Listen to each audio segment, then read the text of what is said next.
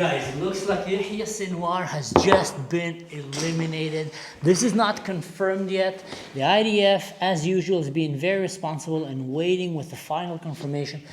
But I've seen some of these images, and boy, they look very, very real. I'm not going to share them here with you.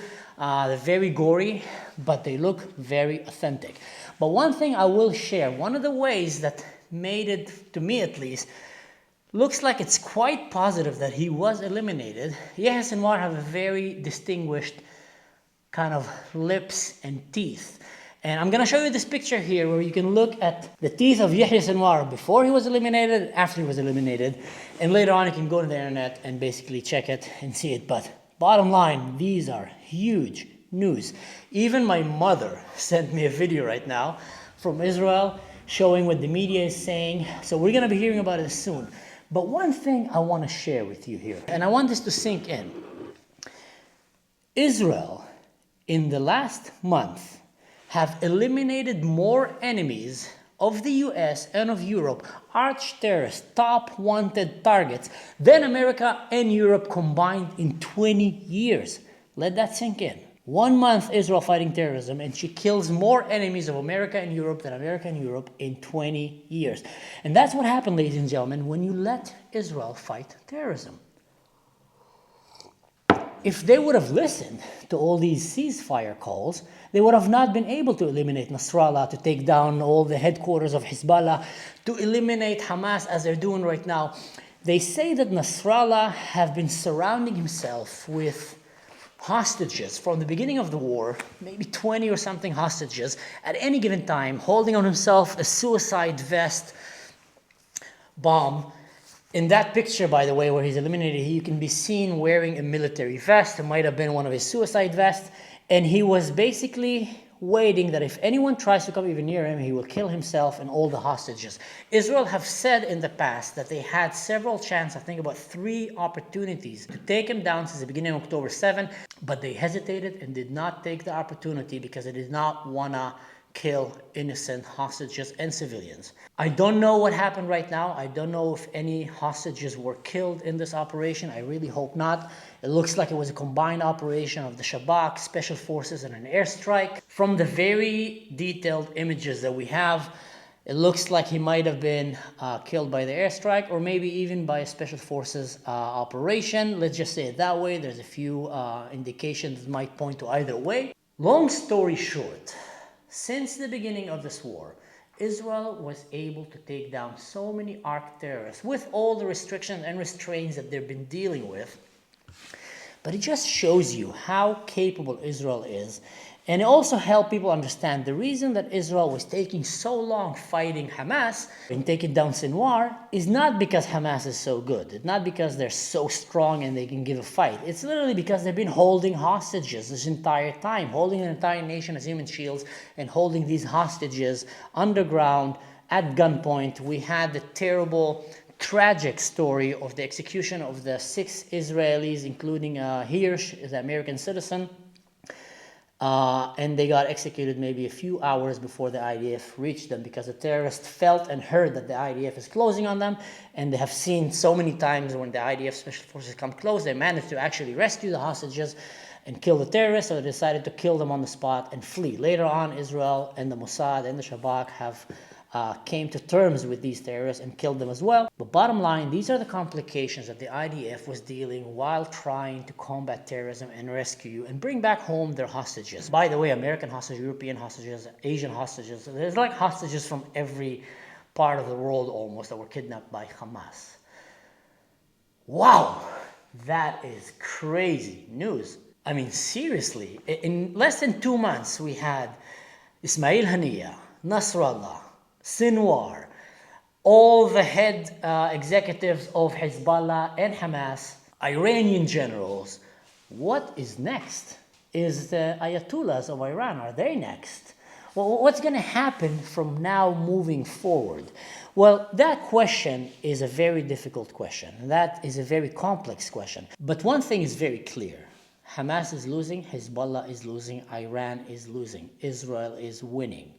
And the question remains now, what will happen next? Will Israel continue with that line and help stabilize the Middle East by eliminating all these radical arch terrorists and their sponsors and the regimes that are behind them, will Israel be able to completely, it's not be able, will Israel be allowed to completely annihilate Hamas and Hezbollah, and even, I would say, take down the Islamic Republic of Iran?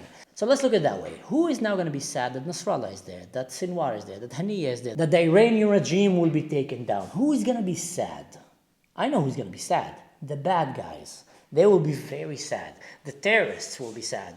The 10% of radical extremists that have kidnapped Iran from its people, they will be sad. The same people that are beating up women in the streets for not wearing hijabs and executing young people who are just daring to come and say that they believe in peace and making graffitis, that they don't want to fight with Israel, that they don't hate Israel. These evil people that are enemies of the gay community, that are enemies of women, that are enemies of any peace-loving human in Iran, they will be sad. Who's going to be sad also? The terrorists from Hamas, they will be very sad. Who's going to be sad again? The terrorists from Hezbollah. Who's going to be sad? The radical Syrian regime who's killing his own people. They will be sad. Who else is going to be sad? Probably some extreme left wing in the Democratic Party in the US. Some of these people that are infiltrated the Kamala and Biden administration and are clear supporters of Hamas, of Hezbollah, of Qatar, of Iran, of the Muslim Brotherhood. They will probably be very, very sad. Now let's see who's going to be happy. Forget about the Israeli people who will be happy because the enemies of Israel are no more and they can no more commit another October 7.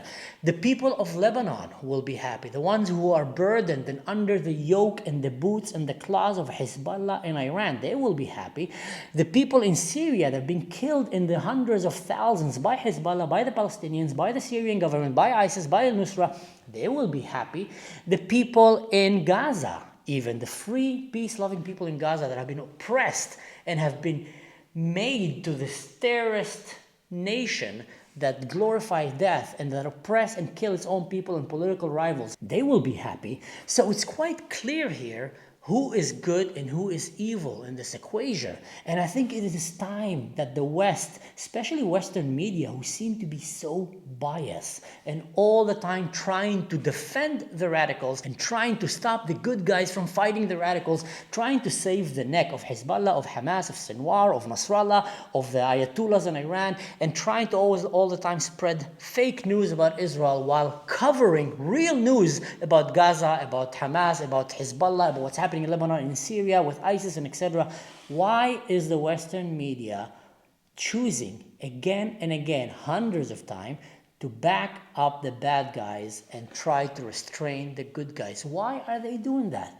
And I think a more important question is, how did the bad guys know that they can fully trust on CNN, AP, New York Times, all these news outlets, that they will back them up, that they will be their shield against the West, that they will try to give them time and buy them time? Because what happened is when Sinwar did what he did in October 7, he knew the reaction of Israel. You need to be stupid not to believe that Israel is not going to come and try to bring back their kidnapped citizen. He knew how Israel will retaliate. He knew that he's going to use the civilians in Gaza as human shields. He knew that he's going to hold the hostages as a bargaining chip, as human shields around him. And he literally did that. He knew that he's going to use hospitals, schools. Every base that Hamas had in Gaza was basically under a hospital or a school or an UNRWA facility. It's kind of crazy. It's insane. I heard there's about 34 hospitals in Gaza.